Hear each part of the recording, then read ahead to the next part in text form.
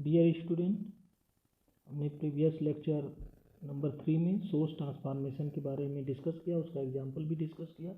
ये हमारा जो है कि लेक्चर नंबर 5 है, जिसमें हम लोग डिस्कस करेंगे किरचॉफ्स लॉ। किरचॉफ्स लॉ आप देख सकते हैं।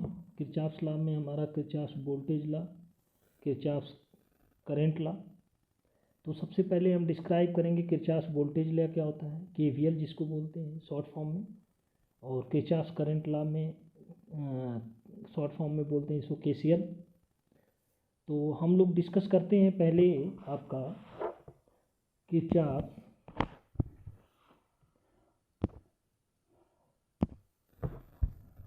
किरचॉफ्स जो है वोल्टेज लॉ, ये क्या है, what is the Kirchhoff's voltage law? It states that the sum of the voltage gains and voltage drop around the closed loop in the circuit is equal to 0. That is, यदि आप मान लीजिए कोई circuit है, उस circuit में आप जो है कि वोल्टेज देते हैं, मान लीजिए हमने एग्जांपल लेते हैं, एग्जांपल नंबर 1। इस एग्जांपल में हम ये देखते हैं कि एक सर्किट ड्रॉ करते हैं। इस सर्किट में हमने जो है कई रेजिस्टेंस लगा दिया, और इसमें जो है कि हम एक वोल्टेज सोर्स दे देते हैं, एक voltage source plus minus V दे दिया हमने। ये R1 रेजिस्टेंस है, ये R2 रेजिस्टेंस है, ये R3 है, ये R4 है। तो अब R1 के क्रॉस हमने सप्लाई वोल्टेज कितना दिया, ये V जो है सप्लाई वोल्टेज है, या अप्लाइड वोल्टेज इसको बोलेंगे, सप्लाइड वोल्टेज,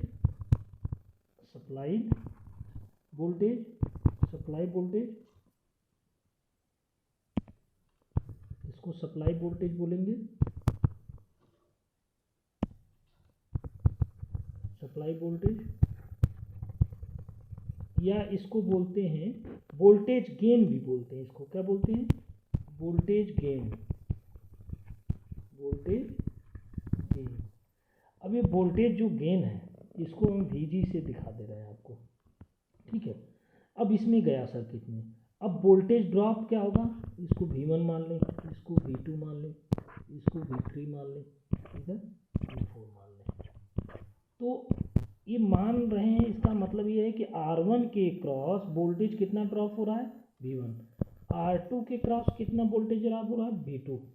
और R3 के क्रॉस कितना वोल्टेज ड्रॉप हो रहा है, V3। और R4 के क्रॉस वोल्टेज ड्रॉप हो रहा है, V4। तो इसका मतलब हमने टोटल वोल्टेज कितना अप्लाई किया, V। और ये वोल्टेज ड्रॉप कहाँ हो रहा है, इन रेजिस्टेंस के क्रॉस। तो इसका मतलब सारे वोल्टेज को ऐड कर देंगे, V1 plus V2 plus V3 plus V4। इसका मतलब कि हमने वोल्टेज दिया इतना, अब वोल्टेज हमारा जो है यूज हुआ कितना, V1 plus V2 plus V3 plus V4। ये V4 है, सॉरी ये V4 है। अब इनका यदि समेशन किया जाए तो समेशन हो जाएगा, इसको यदि I को ले जाए 1 से M तक मान लेते हैं, तो V1 इसको I कर देंगे, ठीक है। ये इन तीनों का सम। तो applied voltage is equal to utilise voltage भी बोल सकते हैं, या sum of the voltage gain and voltage drop around a closed loop in a circuit is equal to 0। या ऐसे भी कर सकते हैं, इस इक्वेशन से हम V1 लाएं इधर, V1 minus V2 minus V3 minus V4 equal to 0 हो गया। इसका मतलब कि ये पूरा ये गेन है, ये गेन वोल्टेज है, और ये ड्रॉप वोल्टेज है। तो इसको भी यदि गेन वोल्टेज को G को 0 से VG M तक ले जाए, minus voltage drop D equal to 0 से M तक, तो ये हो जाएगा VD इक्वल टू 0। इसका मतलब ये ड्रॉप, तो एक लूप में जितना वोल्टेज ड्रॉप हो रहा है आपका हो रहा है कि applied voltage, sum of the applied voltage minus sum of the utilize voltage is equal to 0। इसको सिंपल सा हम लिख सकते हैं I equal to 0 V I N तक इक्वल टू 0, एक क्लोज पाथ में कर रहे हैं हम। तो जो वी है वी आई हम मान लेते हैं कि ये जो है यहाँ पे ड्रॉप कर रहा है, ठीक है जी। तो इसका मतलब आई जो होगा वो होगा जी माइनस डी, ठीक है। तो ये क्लोज लूप का है वोल्टेज केवीएल। तो हम सिंपल भाषा में बोलते हैं कि केवीएल का मतलब ये होता है कि utilize apply total sum of the total voltage apply to the circuit is equal to sum of the total voltage utilize in the circuit is equal to 0, ठीक है। तो ये आपका हो गया केवीएल। अब बात करते हैं केसीएल का। केसीएल क्या है देखिए, अब आते हैं केसीएल के बारे में।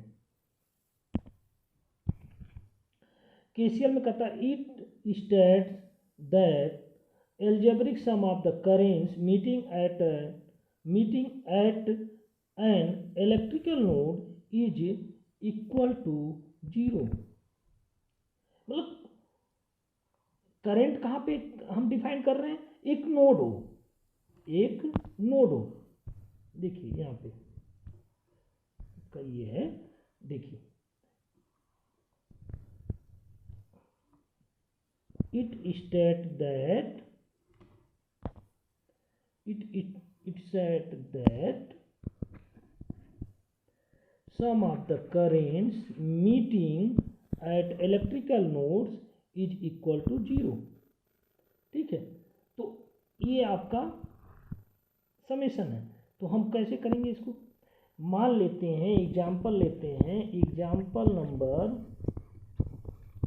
एग्जाम्पल एक सर्किट है, मान लेते हैं ये नोड है, इसको बोलेंगे नोड, क्या बोलेंगे नोड, इलेक्ट्रिकल नोड। यहाँ पे कई ब्रांचेस आके कनेक्ट हो रही हैं, कई ब्रांचेस और आउटगोइंग ब्रांचेस जा रही हैं। इसका मतलब incoming current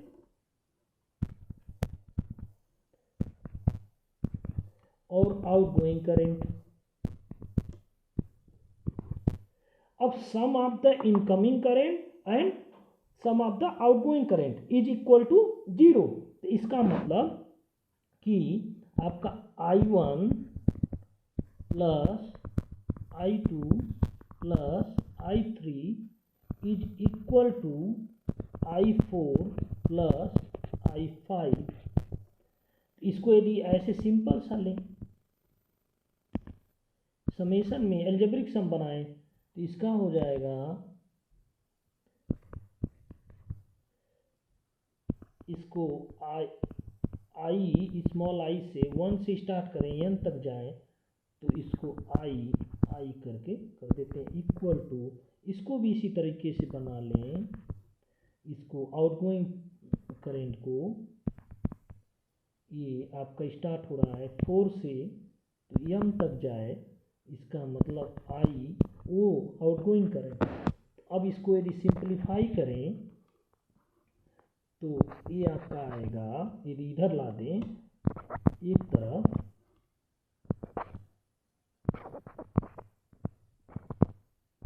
minus O equal to 4 M I O equal to 0, ठीक है। तो आपका आ गया sum of the entering current is equal to sum of the outgoing current, या algebraic sum of the entering current and outgoing current is equal to 0। तो इसको simple सा दिखा सकते हैं कि आई इक्वल टू 0 से n तक इक्वल टू 0, ठीक है। ये है आपका क्या केसीएल, ठीक है। तो इस पे बेस आप न्यूमेरिकल केवीएल केसीएल कहीं भी लगा सकते हैं। KVL KCL लगाने के लिए। अब बात आती है कि एक चीज़ होता है कि KVL कहाँ लगेगा, KCL किसके लिए लगाते हैं। देखिए KVL का मतलब होता है, KVL जो यूज करते हैं, find the current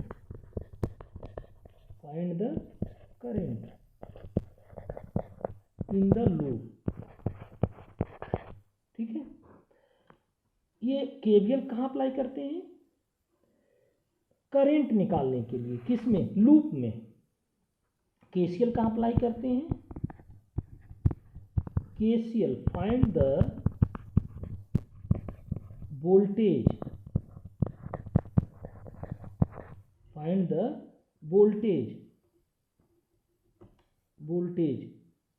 eight node. ठीक है, अब जो है कि मतलब कि KCL हम यूज करते हैं वोल्टेज निकालने के लिए एक नोड पर, और KVL यूज करते हैं लूप पर। तो ये नोड पर निकालते हैं तो इसको बोलते हैं नोडल एनालिसिस। क्या बोलेंगे, नोडल एनालिसिस। यदि नोडल पे निकालते हैं तो नोडल एनालिसिस, यदि लूप पे निकालते हैं तो लूप एनालिसिस। क्या बोलेंगे, लूप एनालिसिस और mesh analysis.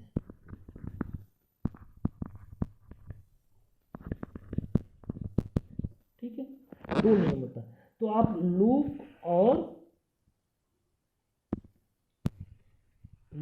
And nodal, node पर निकालेंगे तो नोडल एनालिसिस, लूप में निकालेंगे तो लूप एनालिसिस और मेश एनालिसिस बोलेंगे।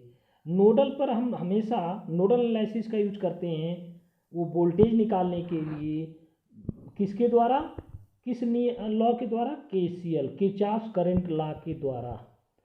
ठीक है, और लूप एनालिसिस कहाँ करते हैं, लूप में करते हैं करंट निकालने के लिए। और वो कौन सा लॉ यूज करते हैं, KVL। ठीक है बेटा, तो आप जो है कि इस चैनल को देखते रहिए और सब्सक्राइब जरूर करिए। ठीक है, और कोशिश करिए कि अधिक से अधिक लोगों के पास पहुँचे। Thank you everyone for watching my YouTube channel, and please I request to all of you, please subscribe my channel